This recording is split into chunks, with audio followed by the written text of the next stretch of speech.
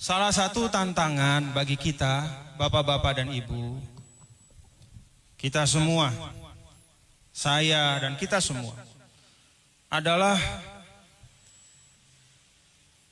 bagaimana kita di NWDI mau, sanggup untuk keluar dari, katakanlah, mantiqah ar-rohah, zona nyaman kita.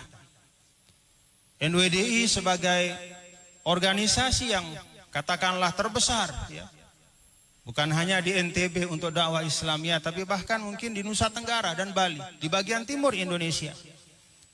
Bagaimana kita yang lahir di NTB dan besar di NTB ini, itu mau dan sanggup menempuh jalan untuk kita keluar dari zona nyaman kita di NTB. Dalam arti kita berikhtiar, benar-benar berikhtiar untuk mewujudkan doa Maulana, wansyur wahfaz wa ayyid nahdlatal watani fil alamin. Fil alamin itu artinya bukan hanya di NTB. Bahkan kalau kita menggunakan definisi al-alamin, di dalam buku-buku para ulama itu masyiwallah. Jadi cahaya NWDI ini bisa diketahui dan dimanfaatkan kebaikannya. Masyiwallah. Bukan hanya menyangkut wilayah, apalagi wilayah yang kecil seperti NTB.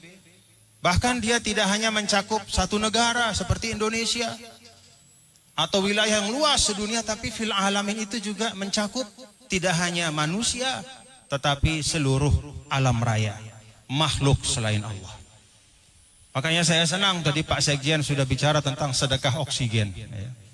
Hebat Pak Sekjen ini.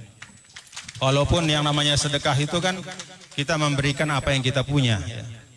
Padahal oksigen itu bukan punyaan kita. Kita pun berharap-harap supaya dapat sedekah oksigen dari Allah. Gitu. Tapi tidak apa-apa. Itu adalah ungkapan yang menunjukkan bahwa memang kita di NWDI harus mulai berpikir, memahami dakwah itu sebagai satu kewajiban membangun peradaban yang lebih baik. Membangun dunia yang lebih baik. Dan dunia yang lebih baik itu adalah tuntunan agama. Kalau dalam Islam itu tidak dikenal dikotomi antara dunia dan akhirat. Islam mengenal akhirat dan dunia sebagai satu kesatuan. Bahkan dalam satu ungkapan, fa inna dunya mazra'atul akhirah. Bahwa dunia ini sawahnya, akhirat itu adalah hasil panennya. Tanpa sawah tidak ada panen, tanpa dunia tidak ada akhirat yang baik. Karena itu semua hal yang merupakan isu-isu yang dibicarakan oleh umat manusia, itu juga adalah isu-isu yang harus kita pahami di dalam NWDI. Jadi kalau umat manusia bicara tentang membangun lingkungan yang baik, yang sehat, maka itu juga harus menjadi perhatian kita. Kalau misalnya pemimpin negara kita menyampaikan agenda Indonesia salah satu kedepannya adalah membangun ekonomi hijau, maka harus kita mengerti apa ekonomi hijau itu. Dan di mana serta bagaimana NWDI bisa bekerja untuk mewujudkan itu.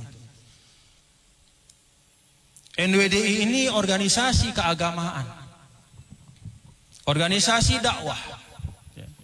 Dan yang namanya dakwah itu hakikatnya kata ulama izharu mahasinil Islam, menghadirkan keindahan Islam dalam kehidupan.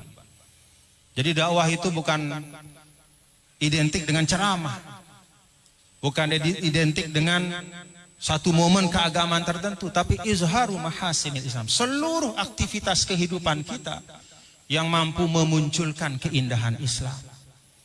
Dan tidak mungkin keindahan Islam akan dapat muncul dalam kehidupan Kalau banyak ruang-ruang kehidupan yang terus berkembang itu kosong dari tuntunan-tuntunan Islam.